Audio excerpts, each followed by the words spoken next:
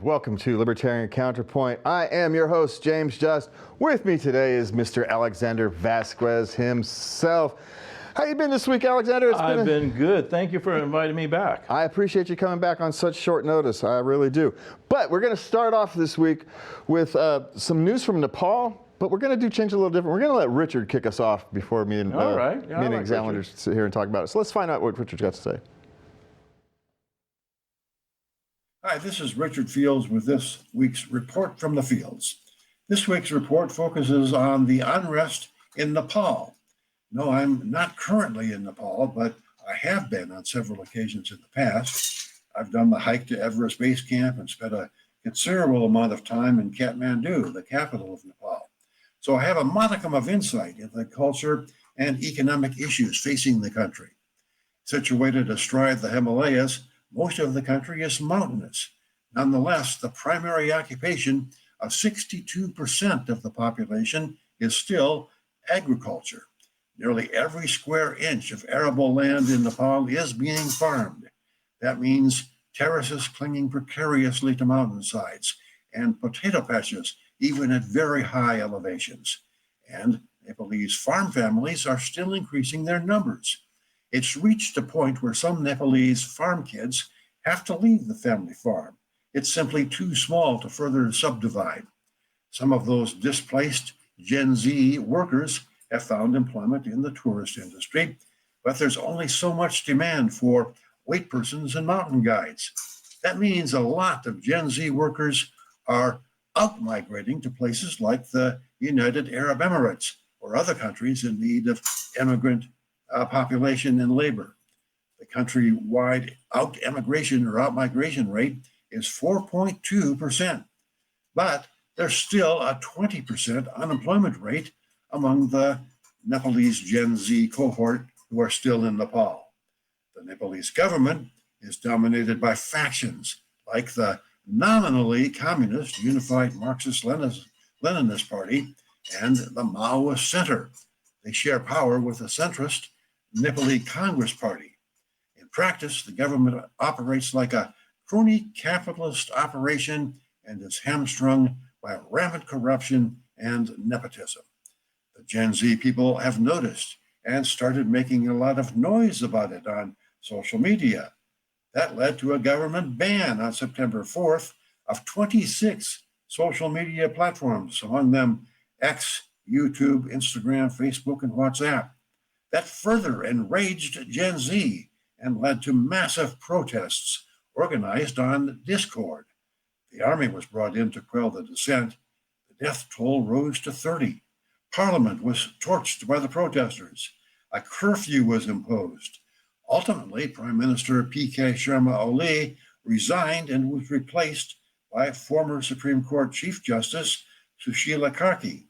Social media was reinstated. Prisoners who escaped during all the excitement are being rounded up. New elections are scheduled for next March. Will new elections next year improve governance in Nepal? Only time will tell, but the ability of one highly motivated population cohort, Gen Z, to overthrow a government is notable and very interesting. That's this week's report from the fields. See you again next week.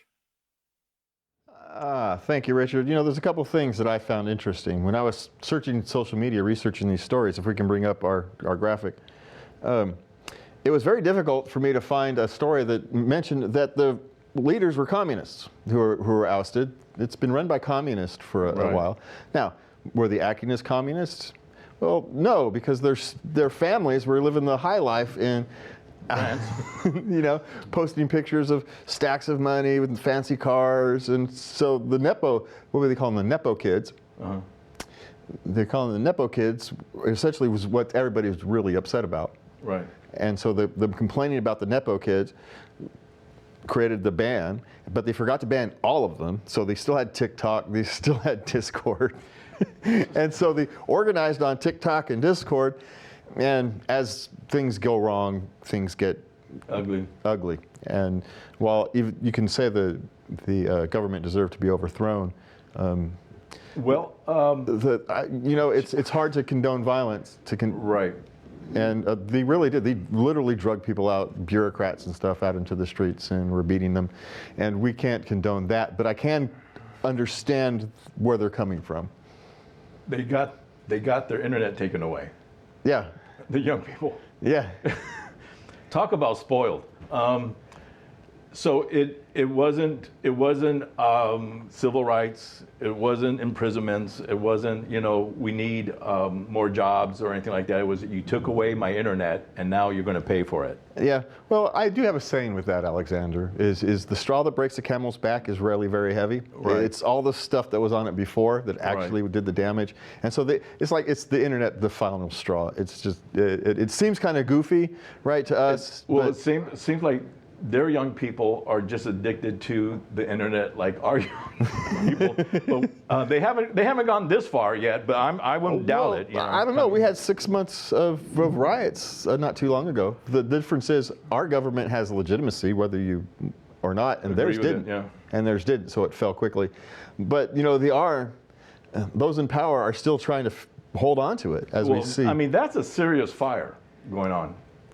Yeah. And these people are all gone. I take it he's gone. Yeah, they had to leave the country. Yeah. They had to get hauled out of the country. Does the internet really have that much grip on everybody? Well, I think this is one of the things. It's not the internet itself. I think it's everything else, and the internet ban was just. It's kind of that was just too much. You've already got a big pile of dry wood. Right. It's already got a bunch of paper on it. Somebody dumps some bunch of diesel fuel on it, and then you just throw a burning cigarette into the pile. It's going to explode, right? Right. And I think it was a matter of time. Yeah. So the lessons to communist leaders now is that don't mess with the young kids' internet. Don't mess with the TikTok. Don't mess with the X. Don't mix with anything. And I don't know any about this kind of stuff because you know me. I'm not very internet savvy, but I got to read more. But I think one of the things to take away from this is that ultimately it's that government corruption that everybody understood. The Nepo kids essentially living high on the life. Is that what they're called, Nepo kids? Yeah, they were calling that was the movement. Well, the translation is Nepo kids. Right. Is that these Nepo kids, the people of high-level bureaucrats and politicians, were living the high life, while the average person can't get a job. They live on what we would call poverty wages, and their taxes are paying for somebody else's high life, and ultimately. So now we have corrupt communists. Well, communists are always corrupt. Yeah. What is it? Some are equal, and some are more equal than others. Yeah. And speaking about more equals than others, we're going to move on and talk about Google. And yes. Google has finally admitted that the open web is already in rapid decline. And some of us who gave up Google search engines a decade ago are going, okay, what's taking the rest of you so long to catch up? Right. That the Google results don't give you the results you used to get. Right. You now get the results Google wants you to have. For whatever reason, I'm not putting any motivations on it whatsoever, but you're no longer getting organic results. Right. You're getting curated results, and I want organic results. Yeah. Do you see Google going the way down as Yahoo went down? Well, the problem with Google is they have so many revenue streams that Yahoo didn't. That they'll be fine because they're making money hand over fist on YouTube, and so. And who doesn't Google? Well, lots of people don't Google anymore. Really? The Google search engine, ChatGPT took a lot of Google's search engine. And now they're kind of coming back to different search engines now that everybody's kind of using some kind of version of AI search. Right. But sometimes you don't want AI search. You just want the list. Right. And so we're in the middle of a media change. And when we're talking media, we're talking internet. We're talking internet websites. Those now belong as media. Right. And so we don't know how it's going to play out. Google is now admitting they don't really know how this change is going to play out. And didn't we have the same kind of problem with Microsoft and then Facebook? Yeah. Like they got so big that it just kind of they get so big that they can no longer really service their original need because the master computer took over. So many different things. Hell's back, right? Yeah. Well, this is what, in a lightly regulated economy, this is when startups and small nimble businesses would come in and take their place. Now, the question is, with so many regulations in place, it's very difficult for a small startup to do that. You need a lot of investment early on. Can you think government can correct this? No. No. No, there's government can't correct this. No. All they can do is make it worse. Right. And they will. I think because that's one of the reasons it's gotten this way. Because they're trying to operate in a regulatory environment between the United States and the EU and China and all these various, Right. It's almost impossible for them to operate, which is why essentially we are going to end up with a bunch of fragmented internets, essentially. And the trick is going to be how nimble you are at navigating each individual one. You're going to have an EU internet, you're going to have an American internet, you're going to have a Chinese internet. We're going to devolve down into that. The new modern Tower of Babel. Yep, exactly. All right. Exactly. The good old book knows it all, man. Tower of Babel. Yeah. That kind of leads us into this next one there, Alexander. Yeah, California has tied with Louisiana for Oh, the highest U.S. poverty rate. Now, those of us who live in California are under no surprise. Right. The question is, what's wrong with Louisiana? How the heck did you get as bad as us? Not how did we get as bad as Louisiana? Right. And we don't even have that kind of music, No, we don't even have the culture. No, I know. We get tech bros and valley girls. I mean, it's... Well, California tied with Louisiana, highest poverty rate. Does that make California even worse than what it is right now? But in a sense where now we're in the ranks of the lowest other states throughout the country. Well, the thing is, California is the prime example of what the people who run California say. Hey, we are the tale of two cities. We have the haves and the have-nots, and there's essentially no in between. Yeah, and I think I would take it further, that we just don't have the haves and have-nots. Now we've gotten to the point where we have the never-haves are never going to have it to the have-mores. And you can look at it in the Bay Area, look in Los Angeles, on the major cities. And this is like everywhere. This has almost become a subculture in California that nobody seems to want to fix. And are we capable of fixing it? Is this ungovernable? Well, part of the problem is the government helped create this problem, Right. and so we're going to ask them to solve it. And how do they solve things? By adding more regulations rather than, hey, let's remove the ones that created the problem in the first place. But a lot of this was done accidentally on purpose, right? In an effort to protect property values in San Francisco and LA and all these and culture, they prevented housing from being built outside the towns as well. So not only did they prevent redevelopment inside the towns, they prevented, like, remember that new city down here in Vacaville or wherever they wanted to build it, and everybody threw a thing. No public money was going to be involved, really. It was going to be mostly private money. It was going to build this whole new city. And they still own a lot of the land still. For 50,000 people. Right. And all the people in the surrounding communities, oh, no, you can't do that because it was going to lower their property values. Yeah. And how many farmers sold out? Yeah. Well, the farmers Quite take a the bit. money and run, right? Yeah. Why wouldn't you? Yeah. And they got paid a lot of money. We're going to be having a California election, governor of California election. You think this is going to be the #1 issue? It should be. It better be. The tale of two cities of California should be the #1 issue, because you can't have this much success. You can't pat yourself on the back for having this much success in California. You pat themselves on the back for having, the 4th highest GDP or economy or whatever. If it was on its own, it had the 4th highest economy. Well, your calculations are off, but we'll take you at your word. How can you have that and this at the same time? Right. The only reason we are the 4th highest economy in the world is because of our inflated GDP, and the GDP is inflated because our costs are so high. Right.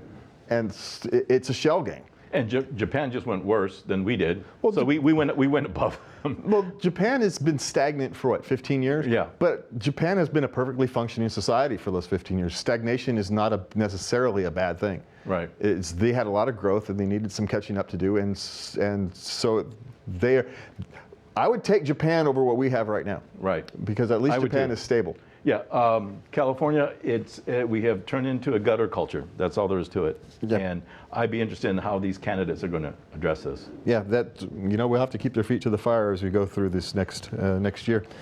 All right, so the Trump's alleged war on science has leaving these public health experts, I'm going to use the air quotes, it's public health bureaucrats. Let's be honest about who we're actually talking to. Yes. It's public health bureaucrats are complaining that the bureaucracies they have built are going to be damaged.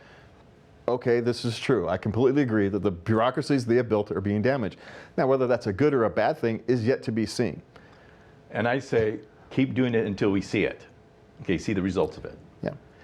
Because the science stuff, I know a few professors, and they've been researching the same thing for like 20 years at the universities. The same thing. No answer, no cures. No, nothing, but plenty of reports and plenty of paperwork. But I'm kind of tossed with this a little bit too. Well, because there is some truth that Trump does not, and Team Trump does not believe does not trust government science. Right. And while there is some truth to that, there's also some truth that we need the government, or at least some independent body, to do research that can't be done where there's no immediate economic output. Right. Right, because it's very difficult for, pick one, Monsanto or something, to do research on something that's not going to have, that they can't vision an economic payout. Even, right, so they do their research, they may have a happy accident and you come up with Play-Doh or something, right? But in a sense, most of their research is highly directed towards improving the products they have, solving the exact problems that they're using. They don't have money or time to do generic research. And so there is an argument that our universities should be doing generic research and our government should have a hand in funding some of that, the baseline research. I don't necessarily believe that that's been proven to be a good model, but at least I can understand the argument. Yeah, well, like you said, and I agree with you 100% about the science bureaucracy. Yeah, there's a difference between the science and science bureaucracy. Yeah, but sometimes they go hand in hand and they protect each other. That seems to be the problem also. Yeah, and that's what was exposed on over this whole 4 years ago, this whole COVID thing, is that the bureaucracy and the science, they did not complement each other. No, not at all. And the people in it, there was like an internal battle of who's going to go on the talk shows and talk about this and talk about that, and there was almost a competition, it seemed like. So it's either science or science fiction. Well, and my thing is, if science wants to get past this, they're going to have to take a look in the mirror and say how much of this preliminary research are they releasing that to the public that shouldn't be necessarily released to the public. It's really only good for further research. But it gets released to the public, the news picks it up and says, chocolate's good for your health. Then 3 months later, they get another piece of research that says chocolate's bad for your health. Right. Well, okay, and if we look, people like you and me, we'll look at these studies and we go, okay, these are preliminary studies. They're actually meaningless. They're just help direct the next level of studies. Right, and I'm not giving them my chocolate. Yeah, but the point is, most people don't understand. Right. They look at the study and they say, oh, well, it's definitive. No, it's a preliminary study to help guide the next level of studies. Right, for more funding. Yeah, sometimes for more funding, and sometimes it's an interesting result. Right. But you look at it, it's 60 people at a university. It's not a viable study. Right. But it might give another researcher, hey, okay, let's look at this on a wider scale and we can make some adjustments to the study to make it more robust. And that's generally what these early studies are done.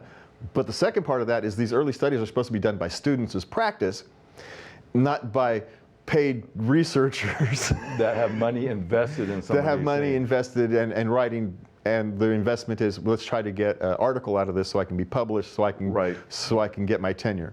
Right. There's something rotten in Denmark, right, at these university systems, and they're going to have to straighten this out before people can trust science again. Trust science again. Right? Yes, I agree with you on that one. Yeah. All right, so let's go back, talking about trusting numbers. Oh. Over the last year, they went back and redid those numbers. A month or two ago when Trump fired that Bureau of Labor Statistics lady, everybody was we didn't even know who she was. Everybody was in all kerfuffle, and now we find out that they have been routinely over-reporting employment numbers. Right.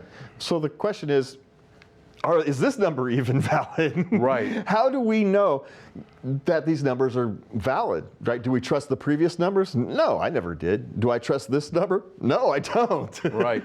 Well, you know, and the other thing too is that when you look at some of the employment numbers, I looked at the ones before summertime, and yeah, they were kind of high. Then it started lowering down. But that's when the government starts rehiring a lot of school teachers, a lot of this, and the other thing. But they're mostly government workers, especially in health, science, and everything like that. But when you go down to the streets and you see help signs everywhere, yes, a lot of it has to do with small businesses, okay? And but yet you always see, go down Home Depot and it's help wanted, help wanted, help wanted, Walmart, help wanted, that kind of thing. So you really don't know what to believe, but you kind of know it when you go to a restaurant or you go into a club and there's people there who are not buying full meals, or they start drinking before they get to the bar and that kind of thing. And you know, then you start going, okay, something's not right here. Yeah, they don't have disposable income anymore. Yeah, the disposable income has left, especially here in California, as we talked about earlier. You know, right? It's almost impossible to live here.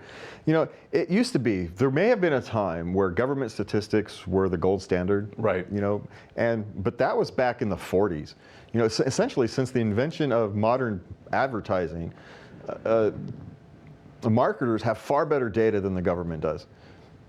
Just because their motivation is far better, they're far faster, and they're more accurate because their livelihood depends on their accuracy. There's no government bureaucracy whose livelihood depends on their accuracy.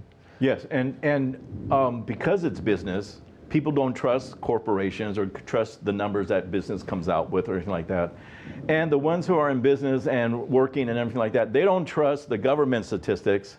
It seems like we are so divided in who's coming up with the information that we're not saying, that no one's saying, no, this is right, but as long as I'm employed, I don't give a damn, you know? Yeah. And become selfish that way. Yeah. Well, you know what's the old saying? There's lies, there's damn lies, and then there's statistics. Right. So you can manipulate statistics any way you want, and if you don't have a robust collection method, your statistics are meaningless at the end. Right. So there's a reason people don't trust statisticians, and that's because they can manipulate the numbers to say essentially anything they want. All right, talk about saying anything we want. We're going to move on to our next and probably last segment here. Justice Sonia Sotomayor says Americans may not know the difference between presidents and kings. Now, in the way she said it, she was essentially saying that a lot of people are, we'll say, uneducated on the difference. Right. I would actually argue that in the modern world, that it's a difference. It's a distinction without a difference, because when we have a president who can essentially make law by decree, by executive order, they are as powerful as a king.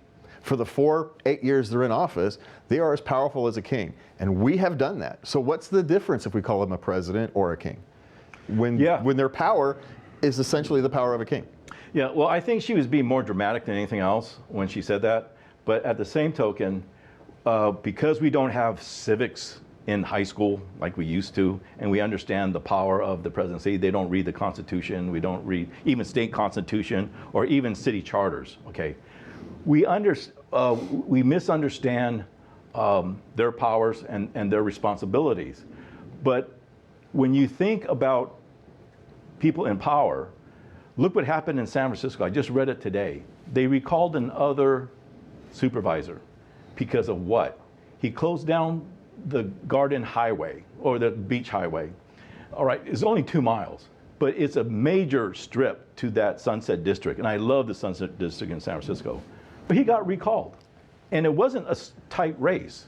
It was like, you lost by 65% of the voters, got you out of there. And so when you have, and when you listen to the arguments of these people said, one lady said, and it was so true, she goes, they're not listening to us anymore. This is not what you promised. You lied to us. Okay, now whether you think you're a king or a president or something like that, the power of the people is still there. It's just that, do we exercise it enough? Yeah, we have to exercise it properly. And we've got 2 minutes, so let's move on to this final topic today. We're getting through all of them tonight, Alexander. Wow. With cigarette taxes sky high, talking about, this is one of the, from the well, duh segment. Right. With cigarette taxes sky high, more New Yorkers than ever are turning to the black market. It's like, what did you think was going to happen? I mean, have you not seen Prohibition? Right. and on top of that, why do you keep, banging on these poor people who just want to have a cigarette? All right. I mean, yeah, you're trying to save their lives. Yeah, you're trying to do this and that. But apparently, there's still a huge market for cigarette smoking. I know a lot of people who said, I can kick heroin and anything else, but I can't kick cigarettes. So, Yep, and it's kind of silly, right? We'll give injection sites for people, but we're going to charge them $10 for a pack of cigarettes that cost $1.50. Yeah, and so now you have a black market that you think, man, this is like Depression era days. Yeah, it's in a sense, it's like we live in California. We're kind of used to this, right? Right. Yeah. We see this all the time. That California's marijuana market is so So what's the difference? So it's so overregulated that it can't operate, right? Right. That the legal shops are having trouble competing with the black market because of the taxes and the regulations. They simply can't compete in price. Well, yeah. And why do we expect? Why? I just don't understand how these people do not pay any attention to history. Do they? No, they don't. We have a dumbing down of America that I don't know how we're going to get the IQ up again. Okay, but we have to, because this is a perfect example, all right, of, like, I smoke cigars, right? It's been regulated up to the yin-yang, but guess what? The cigar shop that I go to, there's always people in it. They're always in business. People still love their vices. Yeah. So, I mean, that's actually the thing, is people trying to regulate vices. And the problem is, a lot of the people who want to regulate vices, they want to regulate your vices, but they don't want you to regulate their vices. Yes. And so that's the real part of the crux of the problem, is it's one thing to want to try to make a community healthier. Okay, fine. But at some point, you're just trying to find money from people who don't have it. Right. This is not about protecting the health of smokers. This is not about educating smokers. This is not about having money for anti-smoking programs or smoking quitting programs. This is just about money so politicians can have a slush fund. It's a racket. So that's it, Alexander. We are done. We've got about 30 seconds. You got any final words for our audience this evening? Read. Get involved. The emperor has no clothes, but it's up to you to pick that out. George Washington said partisanship will be the end of our democracy. Right. And I think we are kind of watching that. We're watching So instead of being allegiant to your party, be allegiant to your community. That's it for us tonight. Have a good night, and please remember to love everybody.